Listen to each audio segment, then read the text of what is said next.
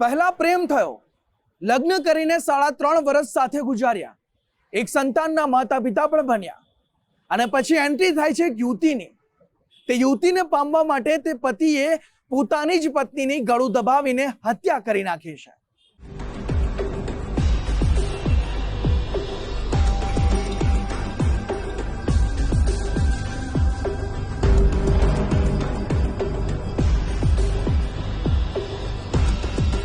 લગ્નેતર સંબંધો હંમેશા સુખી સંપન્ન પરિવારનો માળો વિખેરી નાખ્યા છે. અમદાવાદના ન્યૂ રાણીપ વિસ્તારમાં પણ આવું જ એક ચોંકાવનારો બનાવ સામે આવ્યો, જ્યાં પ્રેમ સંબંધમાં આંધળા બનેલા પતિએ પત્નીનું ગળું દબાવીને હત્યા નિપજાવ્યા બાદ કુદરતી રીતે મોત થયાનું નાટક રચ્યું. જો કે પતિનો હત્યાનું પાપ છુપાવવાનો ખેલ થોડા સમય સુધી જ ચાલ્યો. પછી ભાંડો ફૂટતા પતિને અંતે જેલ હવાલે જવું પડ્યું. ગાંધીનગર નજીક ઉવારસદની કર્ણાવતી ડેન્ટલ યુનિવર્સિટીમાં ઓપરેશન આસિસ્ટન્ટ તરીકે કામ કરતા હર્ષ પ્રજાપતિને સાથે કામ કરતી એક મહિલા સાથે પ્રેમ થઈ ગયો. હર્ષ પ્રજાપતિ તેની પ્રેમિકા સાથે રહેવા મળે તે માટે વારંવાર તેની પત્નીને છૂટાછેડા આપવાનું દબાણ કરતો. આ મુદ્દે પતિ અને પત્ની વચ્ચે વારંવાર ઝઘડા થતા. એક દિવસે સવારે પત્નીએ પતિનો મોબાઈલ ચેક કરતા બંને વચ્ચે વિવાદ વકર્યો. આ સમયે પતિએ ગળું દબાવતા 35 વર્ષીય કોમલનું મૃત્યુ થયું. 108 ઇમરજન્સી સેવાના સ્ટાફે મોત નીપજ્યું હોવાનું જણાવ્યું. પાડોશી અને સ્વજનો એકઠા થતા હર્ષે તેની પત્નીને બાથરૂમમાં ચક્કર આવતા પડી ગઈ હોવાનું જણાવ્યું. જોકે મૃતક કોમલના પિતાએ દીકરીના ગળા પર નખના નિશાન જોતા જ શંકા મજબૂત થતા પોસ્ટમોર્ટમ કરાવવાનું નક્કી થયું. પીએમ રિપોર્ટના તારણમાં કોમલ પ્રજાપતિની ગળું દબાવીને હત્યા થયાનું સ્પષ્ટ થયું. હર્ષ પ્રજાપતિ પત્ની પાસે છૂટાછેડાની માંગણી કરીને અવારનવાર જીવથી મારી નાખવાની ધમકી ઉચ્ચારતો હતો. હરેશ મુકેશ પ્રજાપતિએ પોલીસ પૂછપરછ દરમિયાન પોતાનો ગુનો કબૂલ કરેલ કે પોતાની પત્ની સાથે થોડાક સમયથી પોતાના લગ્ન સિવાયના અન્ય જે સંબંધ હતા જેને લઈ અને વાત જાહેર થઈ હતી, જેને લઈ અને અગાઉ મહિલા પોલીસ સ્ટેશન ખાતે એક અરજી પણ આપવામાં આવેલી હતી, જેમાં બંને પક્ષને સમાધાન થઈ ગયેલું.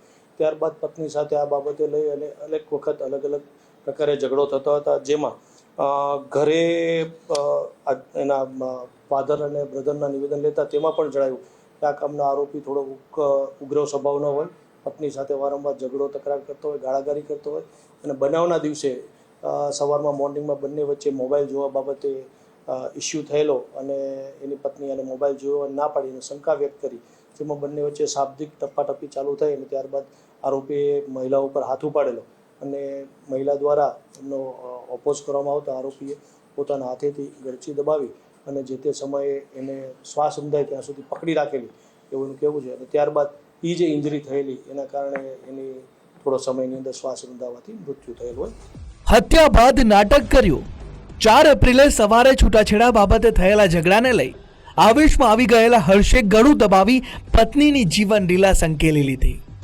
પોસ્ટમોર્ટમ રિપોર્ટ સામે આવ્યા બાદ સાબરમતી પોલીસે હત્યાનો ગુનો દાખલ કરીને હર્ષ પ્રજાપતિને ધરપકડ કરીને જેલ હવાલે મોકલી દીધો.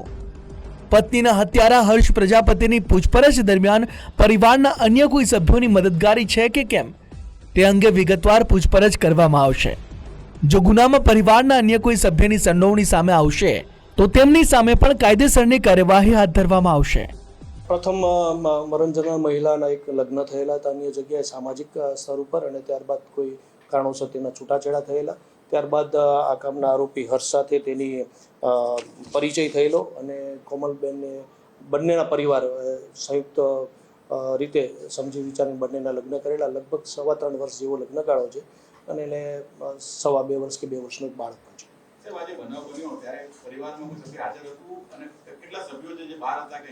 નહીં, સવારનો સમય છે.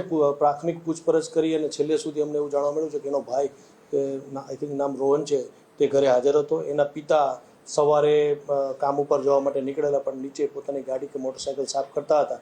એ દરમિયાન આ કામના આરોપીએ એના પિતાને ફોન કરીને જણાવેલ કે એની પત્ની અચાનક જ બેભાન થઈ ગઈ છે, તમે આવો. આ હત્યા કેસમાં પોલીસે ઘટના સ્થળેથી એફએસએલને સાથે રાખીને મહત્વના પુરાવા એકઠા કરવાના પ્રયાસ કર્યા.